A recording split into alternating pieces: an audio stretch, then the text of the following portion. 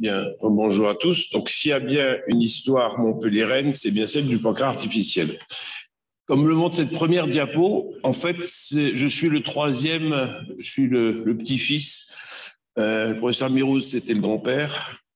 J'ai eu deux pères, Jean-Louis Selam et Jacques Bringer. Et donc, à travers trois générations, en fait, vous voyez qu'il y a eu un continuum pour développer ce qu'on appelle le pancart artificiel vulgairement, et dont je parlerai plus en détail ensuite, et un continuum d'études avec une petite interruption d'une vingtaine d'années, mais qui était due, comme vous le verrez, à l'absence de dispositifs qui permettent d'utiliser en ambulatoire cette technique. Mais il y a un intérêt. Alors pour ceux qui ne connaissent pas le diabète de type 1, le diabète de type 1, c'est une maladie qui est caractérisée par une absence de sécrétion d'insuline. Ça survient le plus souvent chez l'enfant ou l'adolescent. Ça survient brutalement, ça se révèle brutalement. On dit que c'est un coup de tonnerre dans un ciel bleu. C'est-à-dire c'est quelqu'un qui n'avait rien et qui tout d'un coup se met à avoir soif, à uriner beaucoup, à maigrir alors qu'il a très faim, et qui va rentrer en urgence à l'hôpital et qui va ressortir avec des piqûres d'insuline et un contrôle glycémique à faire plusieurs fois par jour. On n'en a pas l'impression quand on n'est pas diabétique, évidemment, mais sans insuline, la vie est un enfer. C'est-à-dire qu'il faut sans arrêt s'administrer de l'insuline pour ramener la glycémie à la normale. Si on ne le fait pas, on fait une hyperglycémie et ça peut aller jusqu'à un coma acidocétosique. Si on le fait mal au long cours, on va développer les complications du diabète, c'est-à-dire qu'on risque de perdre la vue, les reins, le cœur, etc. Si on en fait trop, on fait une hypoglycémie.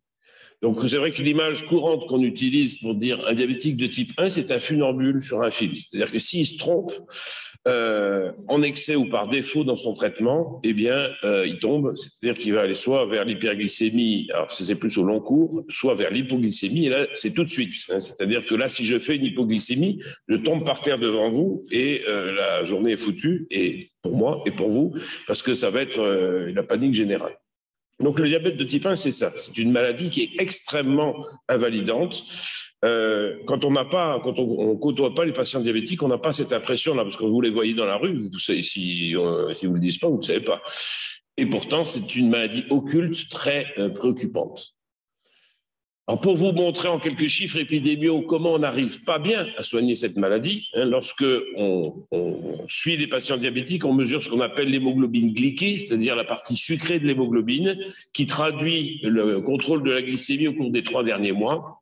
Et en principe, pour être bien équilibré, il faut avoir moins de 7%. On va parler des recommandations, c'est des recommandations internationales. Vous voyez que dans cette étude épidémiologique mondiale, mais il y avait une partie française récente que j'ai coordonnée, eh bien, il n'y a qu'un quart des patients diabétiques en France, type 1, qui atteignent moins de 7%. Et vous voyez que chez les adultes, quelle que soit la tranche d'âge, bon, les seniors font un peu mieux, mais on est très en dessous des objectifs thérapeutiques. Et non seulement, donc, ils ne se mettent pas à l'abri des complications de l'hyperglycémie, mais si vous regardez les hypoglycémies, eh bien, vous voyez qu'il y en a la moitié d'entre eux qui ont fait au moins une hypoglycémie symptomatique au cours des 3 derniers mois. Et plus préoccupant, il y en a 12% qui ont fait une hypoglycémie, au moins une hypoglycémie sévère au cours des 6 derniers mois. Une hypoglycémie sévère, ça veut dire que vous n'êtes pas capable de vous resucrer vous-même. C'est-à-dire qu'il a fallu qu'un tiers vous resucre ou vous fasse une injection de glucagon ou que le SAMU arrive. Donc, c'est une maladie extrêmement handicapante et qui est encore très mal contrôlée aujourd'hui. Chez les enfants, c'est peut-être pire encore parce que déjà, c'est des enfants, donc on imagine toutes ces contraintes dans une famille où il y a un enfant diabétique de type 1. Mais en plus, c'est difficile métaboliquement parce que la variabilité des besoins en insuline est extrême et au plus les enfants sont petits, au plus ils ont des besoins variables en insuline, notamment la nuit. Ce qui fait que je ne suis pas pédiatre, mais à travers les recherches qu'on a fait ces dernières années, j'ai vu beaucoup d'enfants, puisqu'on a travaillé avec les pédiatres. En fait, dans une famille où il y a un enfant diabétique de type 1, il y a toujours un parent de quart. C'est-à-dire qu'il y en a toujours un qui ne dort pas par crainte que leur enfant fasse une hypoglycémie la nuit, et notamment une hypo sévère. Une hypo sévère chez un enfant, c'est des convulsions. C'est-à-dire qu'ils vont retrouver leur enfant en train de convulser la nuit dans son lit. Donc, c'est particulièrement impressionnant chez les enfants parce que les hypoglycémies sont beaucoup plus fréquentes en raison de cette variabilité extrême Alors, on comprend qu'avec une dose d'insuline à faire le soir pour la nuit, sur la base d'une glycémie mesurée au coucher, c'est extrêmement difficile de trouver la bonne dose. Il faut vraiment avoir du pot. On se demande même comment on pouvait faire pour soigner comme ça. Alors, le concept de pancréas artificiel ou d'insuthérapie en boucle fermée, on dit maintenant automatisée, eh bien, c'est un concept simple. Il y a deux facteurs. Il y a la glycémie qu'il faut contrôler et il y a de l'insuline à délivrer. Eh bien, puisque c'est une tâche impossible pour un être humain de passer son temps à contrôler sa glycémie et changer la dose d'insuline, eh bien, il faut l'automatiser. C'est-à-dire qu'il faut avoir un capteur qui mesure en permanence le taux de sucre. Cette information doit être traitée par un algorithme de contrôle qui va déterminer quelle est la quantité d'insuline à administrer pour que la glycémie soit normale et le reste. Donc, quand on expose ça, ça paraît tout simple. La difficulté, on va le voir, est technique. Alors, Montpellier a été à l'honneur puisque dans les années 70, le professeur Mirouz a été un des 3 premiers pionniers mondiaux à mettre au point un système automatique de délivrance d'insuline. Donc, c'est les publications de l'époque, vous voyez, 77, Diabétologia. Il y avait un copain en Allemagne qui s'appelait Pfeiffer, qui travaillait aussi là-dessus, et un Américain qui s'appelait Albisser. Donc, le système, le principe, on mettait une ligne veineuse pour mesurer la glycémie en intraveineux. On avait un ordinateur qui n'était pas vraiment un smartphone, comme vous voyez la taille, et on avait une pompe à insuline intraveineuse qui délivrait, en fonction des données de cet ordinateur, la quantité d'insuline calculée pour maintenir la glycémie à la norme. Alors, c'était efficace, comme vous voyez ici, vous avez entre les 2 lignes vertes, là, vous avez la glycémie qui est maintenue donc dans la norme par le pancréas artificiel au lit du malade. Les autres lignes, c'est quand les malades n'avaient pas de pancréas artificiel, donc ça partait dans tous les sens. Alors, évidemment, on pouvait lire dans son lit, on pouvait jouer à la poupée si on veut, mais on était obligé de rester à l'hôpital, puisque, vu la taille, c'était de la taille d'un réfrigérateur américain. La question des malades, c'est évidemment, est-ce que vous pouvez le faire en plus petit? Et ça a été tout le défi, justement, entre ces années 70 et le début des années 2000, c'est-à-dire qu'il fallait que la technologie s'adapte à ce qu'on savait faire pour que ce traitement puisse devenir ambulatoire. Alors, tout a évolué. Ça, c'est une pompe à insuline dans les années 70. Donc, c'est un sac à dos avec... Et l'évolution s'est faite petit à petit vers la miniaturisation. Donc ça, Jacques Bringer a suivi ça très bien. Moi, je suis arrivé un peu au milieu. Donc, des pompes qui sont devenues petites au point de devenir ce qu'on a maintenant, des patch pompes, c'est-à-dire des pompes sans cathéter avec simplement une canule qui transperce la peau et une pompe patch qu'on change tous les 3 jours. Ou alors une pompe implantée. Et là, Montpellier a été le leader dans le domaine avec Jean-Louis Selam et la suite, puisqu'on est le plus grand centre mondial de traitement par pompe implantée. Donc cette fois-ci, c'est une pompe qui est implantée dans l'abdomen et qui délivre l'insuline dans le péritoine. Ça, c'est le professeur Mirouz qui était le pionnier mondial de cette idée, de dire mais l'insuline sous la peau n'a rien à y faire, il faut la mettre dans le péritoine pour que ça passe dans le foie d'abord et ensuite dans la circulation générale. Lorsque on a eu ces pompes implantées, on s'est dit, si on peut mettre un capteur connecté à ces pompes implantées, eh bien, on a un pancréas artificiel implantable. Et c'est ce qu'on a fait pour la première fois, c'était une première mondiale en 2000, où on a implanté chez 10 patients une pompe implantée qui délivrait l'insuline dans le péritoine. On a connecté un capteur qui était dans la veine cave supérieure, intraveineux, un fil qui était sous-cutané, c'était pas en Wi-Fi, c'est-à-dire qu'il y avait un câble qu'on passait sous la peau comme quand on embroche un poulet en quelque sorte, où on passait ce câble pour que l'information glycémique venue du capteur aille à la pompe et on téléchargeait un algorithme dans la pompe et ça permettait de faire des études de boucle fermée, évidemment au CIC à l'hôpital puisque ça n'avait jamais été fait. Ah, ça marchait bien. Si vous voyez une des premières nuits qu'on a obtenues avec ce système, c'était extraordinaire. La glycémie était strictement normale. C'était un peu moins bien au repas. Vous voyez que ça monte quand même, ça sort des clous. Et paradoxalement, c'était dû au capteur intraveineux. Parce que le capteur intraveineux, pour qu'il puisse rester là pendant quelques semaines, voire quelques mois, il devait être épais. Et donc, il y avait un délai, en fait, à l'intérieur du capteur pour transmettre l'information sur la glycémie. Et donc, c'était à l'origine de ce retard, en fait, à la commande de la délivrance d'insuline. Entre-temps, se sont développés des capteurs sous-cutanés. C'est ceux qu'utilisent maintenant pratiquement tous les patients diabétiques de type 1. Donc, c'est un petit capteur qu'on met sous la peau qui permet de mesurer par une méthode électroenzymatique le glucose en sous-cutané.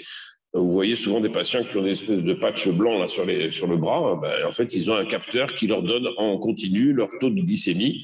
Et donc, évidemment, à partir du moment où on avait ça, c'était plus simple quand même que de mettre un capteur dans la veine cave supérieure.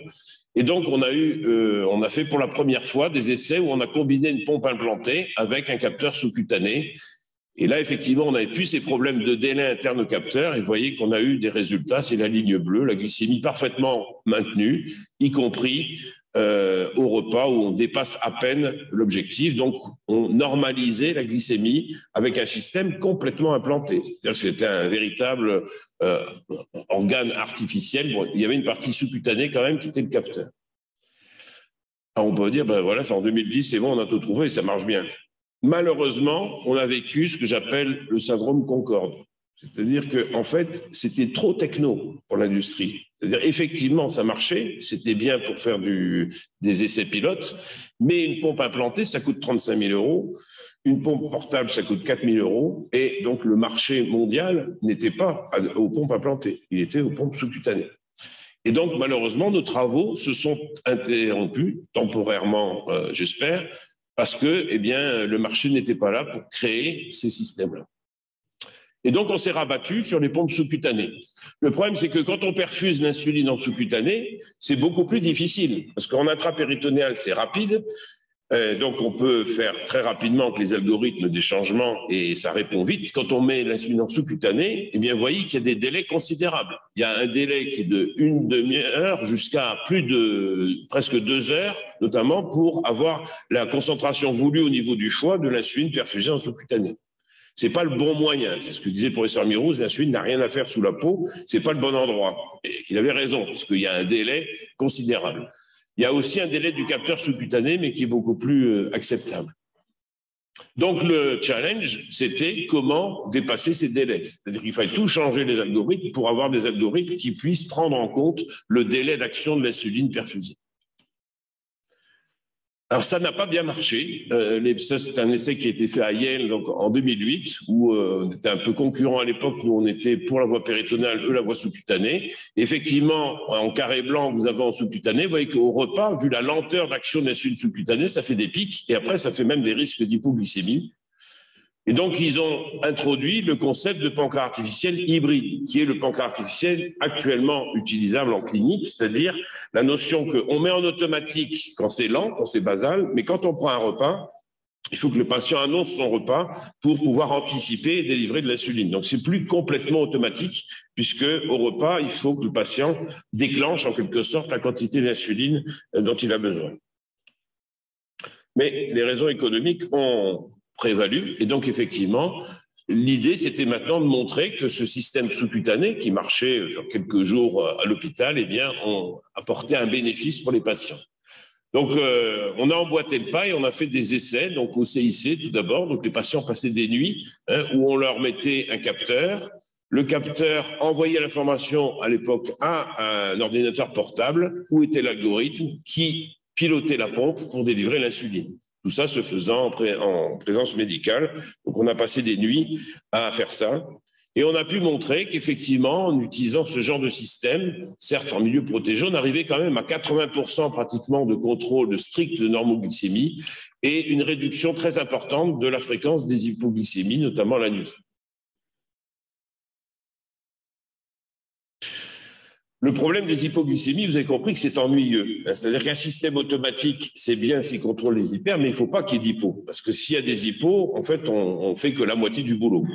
Et donc là, on a travaillé avec plusieurs équipes d'ingénieurs américains et italiens pour prendre en compte ce risque d'hypoglycémie. Et on a développé ce qu'on appelle la notion d'algorithme modulaire. C'est-à-dire qu'il faut un algorithme, effectivement, dont le but, c'est de ramener la glycémie à la norme, mais il faut brider cet algorithme pour éviter qu'il fasse trop. Parce qu'en sous-cutané, quand on envoie de l'insuline pour faire baisser la glycémie, comme il y a cette inertie, cette latence d'effet, si on en envoie trop, ça fait des hypoglycémies. Et donc, on a introduit la notion de deuxième niveau algorithmique de sécurité, c'est-à-dire quand il voit que l'algorithme principal risque d'entraîner une hypoglycémie, il arrête son action pour éviter justement l'hypoglycémie. Et c'est ainsi qu'on a testé donc ces algorithmes multimodulaires, toujours à l'hôpital.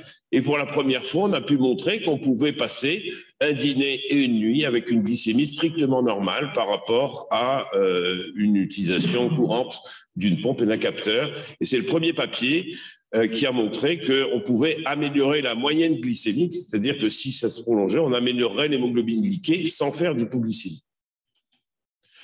Alors, le problème, c'est que vous avez compris qu'il y avait un ordinateur portable. Alors ça, c'est bien à l'hôpital, mais par contre, dans la vie réelle, c'est assez difficile. Et donc là, ça, c'était une première mondiale en 2011, c'était de dire, après tout, on a des smartphones. Dans un smartphone, on a autant de capacités que dans un ordinateur portable. On met l'algorithme dans le smartphone et en Wi-Fi, eh bien, on fait en sorte que le capteur sous-cutané envoie l'info au smartphone. L'algorithme fait son boulot et envoie en Wi-Fi l'information à la pompe. Et comme ça, on a un système portable ambulatoire. Ça, c'est la première mondiale qui a été publiée donc 25 au 26 octobre 2011, où un patient montpelliérain, vous retrouvez le tramway derrière, qui utilise pour la première fois un système automatisé dans sa vie courante, avec sur son smartphone des indications, quelle est sa glycémie, est-ce qu'il y a un risque d'hyper, est-ce qu'il y a un risque d'hypo, s'il fait un repas, il l'indique, s'il fait du sport, il l'indique. Enfin bref, c'était le premier système mobile et qui permettait effectivement d'avoir une normoglycémie en dehors de l'hôpital. Il y a des essais qui ont été faits pour montrer notamment la réduction des hypoglycémies, toujours dans ce cadre extra-hospitalier. Et à partir de là, eh bien, ça a essaimé, c'est-à-dire qu'on a pu faire ailleurs, on a pu faire à Padoue, on a pu faire à Amsterdam, on a pu faire aux États-Unis, tout un tas d'essais cliniques montrant la faisabilité d'utilisation dans une vie quotidienne sur plusieurs mois, un système automatisé, portable. Alors, je ne vais pas vous citer tous les papiers, mais enfin, on a pu montrer que, par exemple, au début, on demandait aux patients à la maison de le connecter que la nuit par sécurité, et on montrait qu'on améliorait le contrôle glycémique sans faire d'hypoglycémie. Pour la première fois, on l'a fait pendant un mois, 24 heures sur 24, dans la vie réelle. Donc, les patients aussi utilisaient donc jour et nuit, et ça marchait mieux aussi, ils avaient un meilleur contrôle. Et puis, c'est comme toutes les technologies, en fait, au début, on fait ça plutôt chez des bons patients, parce qu'évidemment, on veut que ça montre que ça marche, mais en fait, si on est médecin, on sait que ce qui est la technologie, c'est utile surtout pour ceux qui n'y arrivent pas. Et donc, ceux qui n'y arrivent pas, c'est les enfants en particulier, puisque je vous ai dit, la vie d'un enfant avec un type 1, c'est infernal. Et donc, on a basculé sur des essais qui ont été consacrés aux enfants. On a fait 2 PHRC de suite nationaux, avec des équipes à Paris, à Tours, à Angers, où on a décidé qu'on mettrait en application ces systèmes chez les enfants. Et ça a marché. Alors, les premiers systèmes étaient encore un peu lourdingues. Il y avait le capteur, un relais, le smartphone et puis la pompe à insuline. Mais on a pu montrer, ils étaient à l'hôtel et puis ils faisaient du sport la journée. On a pu montrer qu'ils avaient un contrôle glycémique automatisé qui était tout à fait correct et mieux que ce qu'ils avaient avant. Et ce qu'on fait actuellement, dans le 2e PHRC, c'est que cette fois-ci, on a dit le smartphone, on n'en a pas besoin. On a trouvé un partenaire industriel qui a dit, mais moi, l'algorithme, je vous le mets dans la pompe directement. C'est-à-dire qu'à ce moment-là, vous avez le capteur qui envoie l'info à la pompe. Dans la pompe, il y a l'algorithme, et l'algorithme, donc, commande la pompe, et tout ça en 2 pièces. On passe de 3 pièces à 2 pièces seulement. Et on a testé toujours chez des enfants, et on a pu montrer que si on utilisait la nuit, la nuit était magnifique, on avait une normoglycémie et sans hypoglycémie la nuit. Si par contre on coupait le truc pendant la journée, parce qu'au début on avait peur que les enfants qui avaient entre 6 et 12 ans à l'école, s'il y avait un bug, il y a un problème. Donc on a fait un essai randomisé contrôlé en comparant l'utilisation que la nuit ou la nuit et le jour. Et on a pu montrer que si on utilise la nuit et le jour, d'une part, c'est sûr, c'est-à-dire qu'il n'y a pas d'accident à l'école, ils peuvent faire du sport, etc. Et surtout, le contrôle glycémique est meilleur quand on utilise 24 heures sur 24 que uniquement la nuit. Deuxième population qui, là, nous intéresse directement, et on a eu une bourse du NIH pour faire cette étude, c'est les patients qui font beaucoup d'hypoglycémie. Parce que vous avez compris que les patients qui bénéficieraient beaucoup d'un système de pancréas artificiel, c'est ceux qui font souvent des hypos et qui plus est, qui ne sentent pas les hypos, c'est-à-dire qu'ils font des comas directs. Et donc, c'est une étude là, je vais présenter la semaine prochaine au Congrès des technologies du diabète. Hein, vous la voyez en avant-première, toujours avec ce système de capteurs et pompes, donc sans intermédiaire. Et les patients qui faisaient des hypoglycémies sévères, donc c'est un essai randomisé. En rouge, c'est quand ils ont le système. En bleu, c'est quand ils ne l'ont pas. Donc, vous voyez que la glycémie est bien sûr mieux contrôlée quand ils sont en boucle fermée. Et surtout, la partie basse est beaucoup plus haute. Donc, c'est-à-dire qu'ils font beaucoup moins d'hypoglycémie. Et en termes d'hypoglycémie, hein, ça c'était avant au départ, hein, quand on met le pancréas artificiel, ils en font encore, mais 3 fois moins. Et quand ils rentrent simplement dans l'essai et qu'ils n'ont pas le système automatisé, eh bien, ils s'améliorent un peu, c'est l'effet étude, mais ils continuent à faire beaucoup d'hypoglycémie. Donc, on voit que la technologie est mature et surtout, elle est utilisable chez ceux qui en ont le plus besoin, c'est-à-dire les enfants, les patients qui font des hypos sévères, des hypos fréquentes. Alors, est-ce que c'est la fin de l'histoire? Non, ce n'est pas la fin de l'histoire, parce que bien sûr, maintenant, ça rentre dans la pratique courante. Là, on est au niveau des commissions de remboursement, au niveau de la Sécu, hein, du CEPS, etc., pour trouver un moyen de financer tout ça. On ne perd pas l'objectif, et quand on écoute les malades, on le voit bien, ils disent c'est bien votre pancréas artificiel, mais voyez, moi, quand je suis avec ma petite copine, ça me dérange quand même d'avoir la pompe et le capteur. Ou quand je vais à la plage, ça me dérange d'aller sur la plage avec ça. Donc, est-ce qu'on ne peut pas faire mieux? Faire mieux, ça veut dire revenir à nos premières amours, c'est-à-dire il faut développer un système invisible, un système implanté. Alors, c'est notre projet actuel. Hein, donc, on a déjà fait des essais pour montrer qu'avec un système de boucle fermée intrapéritonéale, eh bien, on peut avoir un vrai pancréas artificiel complètement automatisé. C'est-à-dire que là, on n'a plus besoin d'annoncer les repas parce que l'insuline péritonéale est beaucoup plus rapide. Et donc, il n'y a plus besoin à chaque repas de dire, bon, combien j'ai mangé de glucides, combien il faut que je fasse d'insuline. Donc là, on retourne vers le concept de pancréas artificiel complètement automatisé. Et surtout, c'est ces 2 projets en cours, un projet européen, un projet américain auquel on participe, d'avoir un vrai véritable organe artificiel, c'est-à-dire une pompe implantée, un cathéter péritonéal, et on a fait un programme de recherche avec l'Université du Connecticut pour éviter que ces cathéters se bouchent. Hein, on peut faire du coating de cathéter péritonéal, comme on fait des stents cotés. On peut mesurer le glucose dans le péritoine, c'est beaucoup plus proche de la glycémie que le glucose interstitiel, et s'il y a moins d'inertie. Et surtout, on peut faire ainsi un système complètement implanté. Donc, il y a un projet européen qui s'appelle Forget Diabetes, hein, qu'on fait actuellement, qui a commencé l'année dernière. Et puis, un autre projet avec Stanford et l'Université de Virginie pour avoir un autre modèle de ce système complètement implanté. Donc, l'histoire n'est pas terminée, mais vous voyez qu'à toutes les étapes, eh bien, on a pu contribuer à ce développement. Donc, je terminerai en remerciant évidemment tous les gens qui ont travaillé avec nous hein, au fil des années. Donc, il y a notre équipe avec les doctorants, les post-doctorants. Là, vous avez avec les infirmières de recherche, hein, Fabienne Dallaval qui est pédiatre et qui nous a rejoints depuis qu'on fait des études pédiatriques.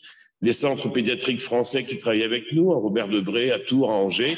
Et surtout, et c'est sûrement ça on l'a vu à travers tous les exposés qui changent la recherche dans notre siècle, c'est que c'est une recherche internationale. C'est-à-dire que ça n'existe plus le géo trouve tout, qui dans sa soupente trouve le truc miracle et qui va avoir le prix Nobel. En fait, on progresse parce qu'on travaille ensemble. Hein. L'Europe de la médecine se fait, le monde de la médecine se fait. Et si on a fait tout ça, c'est parce qu'on a travaillé ensemble avec des ingénieurs italiens, des ingénieurs américains de l'Université de Virginie, de Californie. Et on n'a jamais été aussi vite parce qu'on travaille tous ensemble. Voilà, merci pour votre attention.